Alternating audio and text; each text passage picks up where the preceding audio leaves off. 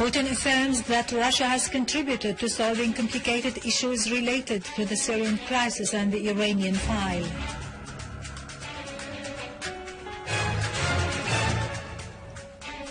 The UN adopts an Iranian draft resolution to confront violence and extremism in the world.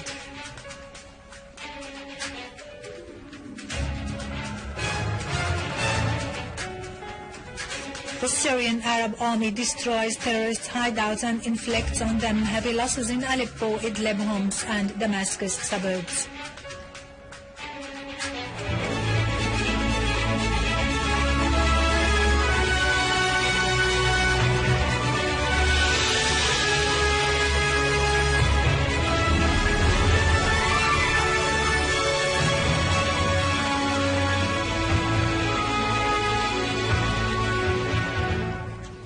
Good afternoon, ladies and gentlemen. This is Irado Krikorian with the news in English. Syria's permanent representative to the UN, Dr. Bashar Al-Jaafari, has affirmed that the atrocities perpetrated by the Qaeda-linked armed terrorist groups against the Syrian people confirm the fact that the Saudi regime is the main funder and supporter of terrorism in Syria and the world. Reading out Syria's statement prior to the General Assembly's adoption of a draft resolution presented by Saudi Arabia against Syria, Al-Jaafari said, "The international legal framework within which the General Assembly works is based on the principle of non-interference in states' internal affairs under any pretext, as such interference would obstruct a peaceful solution through a comprehensive national dialogue among the Syrians." Al-Jaafari warned that such resolutions would encourage the continuation of armed violence in service of the agendas of certain states that seek to foil the Geneva II conference. The paradox, Al-Jaafari added, is that the Saudi regime, which represents the peak of human rights violations practiced against its own people as well as against Muslim and Arabs, and which is the main exporter and patron of the Takfiri terrorism, ironically submits a draft resolution that calls for the protection of the Syrian people, while it is openly set at the same time on interfering in Syrian affairs and igniting the crisis and obstructing its solution.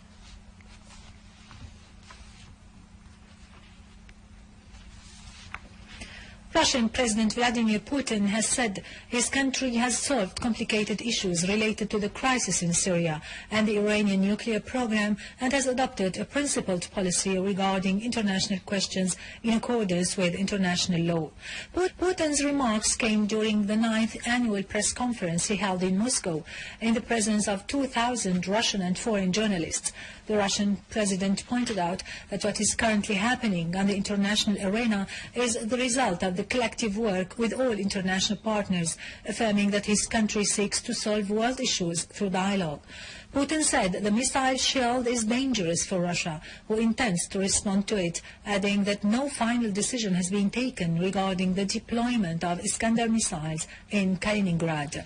Putin said his country's economy witnessed remarkable development, and the reason is the role played by the government in developing the economy. Russian Deputy Foreign Minister Gennady Gatilov has said that no final confirmation has been made concerning the Syrian opposition's participation in the Geneva II conference scheduled next month. On the eve of the tripartite meeting to be held by Russia, the USA and the United Nations, Gatilov said the Syrian government has announced its participation in the conference without preconditions, whereas the opposition has not clearly confirmed its participation. Gatilov said the Russian side will ask the Americans during the meeting in Geneva about the opposition's readiness to participate in the conference and the persons representing it. Gatilov added that the most important thing about the conference is the participation of both the government and the opposition in the negotiations. He pointed out that the USA has not changed its stand regarding the list of the participants in the conference, affirming Russia's confidence in the importance of Iran's participation.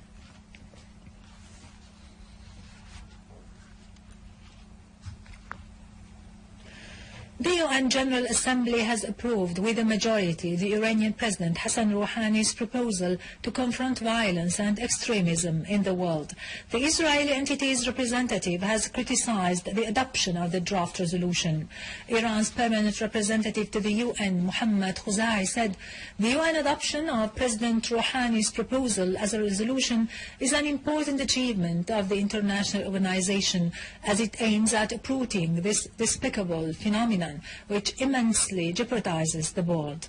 The Iranian representative said his country calls for combating the phenomenon of terrorism and extremism in the world, particularly in the Middle East, stressing that what is happening in Syria and some African countries is a wave of extremism and terrorism that threatens world security and stability and leads to the death of thousands of innocent people every year. Khuzai referred to hundreds of European youths who fight on the side of terrorist groups in Syria and other places in the world and carry out acts of killing, destruction and sabotage.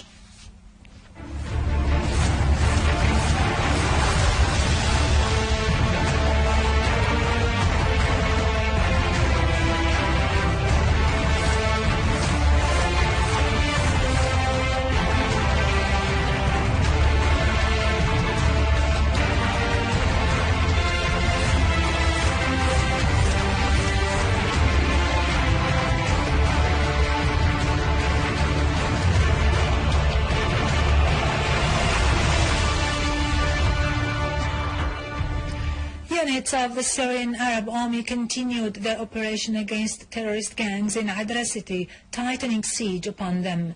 A military source said that the army was able to disrupt their supplies routes, eliminating scores of them. The army dismantled a large number of anti-tank mines weighing between 15 to 25 kilograms. In Homs countryside, units of the Syrian Arab Army destroyed a number of boats used by armed gangs in Qisin Gulf in Al-Rastan. Our armed forces also killed and wounded members of an armed terrorist group in Al-Ghasibiyya and Al-Khalidiyya in Ad-Dar al-Kabira.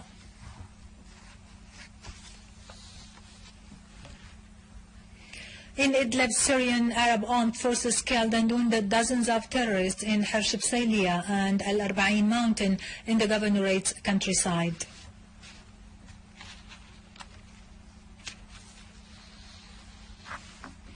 In Aleppo, units of the Syrian Arab Army killed and wounded dozens of terrorists in 6 different neighborhoods and intercepted an infiltration attempt by a terrorist group into Al-Amiriya area, killing most of its members. Meanwhile, units of the Syrian Arab Army killed and wounded scores of terrorists and destroyed 14 cars and vehicles used by them. Army units also destroyed cars loaded with weapons and ammunition and killed the terrorists inside them.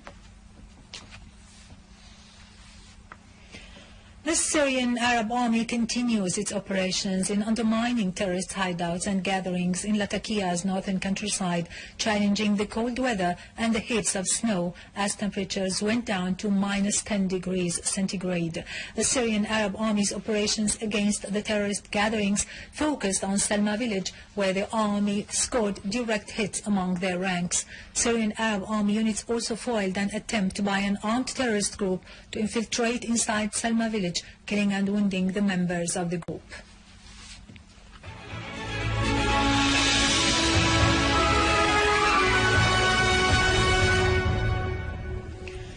The film The King of the Sands by the Syrian director Najdat Anzour exposes the ruthlessness of the Saudi founder who exterminated his ruling emirs and later massacred his own troops when they became a liability.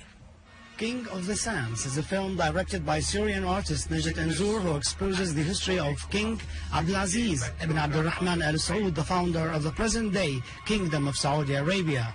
King of the Sands is presented as a landmark taboo-breaking film depicting a hidden saga of the Saudi family and its involvement in world terrorism. It presents a prince in exile who reconquers his ancestral lands and continues to expand his dominion until he controls the bottom parts of the Arabian Peninsula.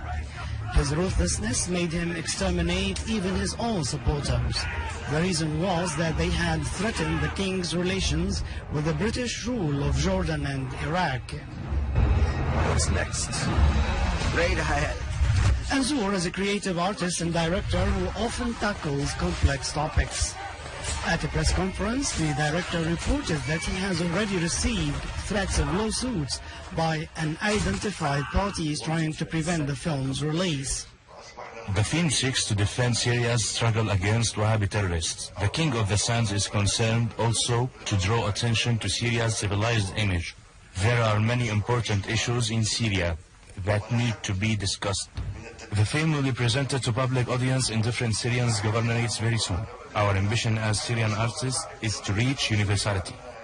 This film depicts Western imperialism as impinging on the monarch's independence, foreshadowing the kingdom's future entanglement in world terrorism by its unmistakable support for heavy jihadists all over the world. By the law of God, I choose you to be mine.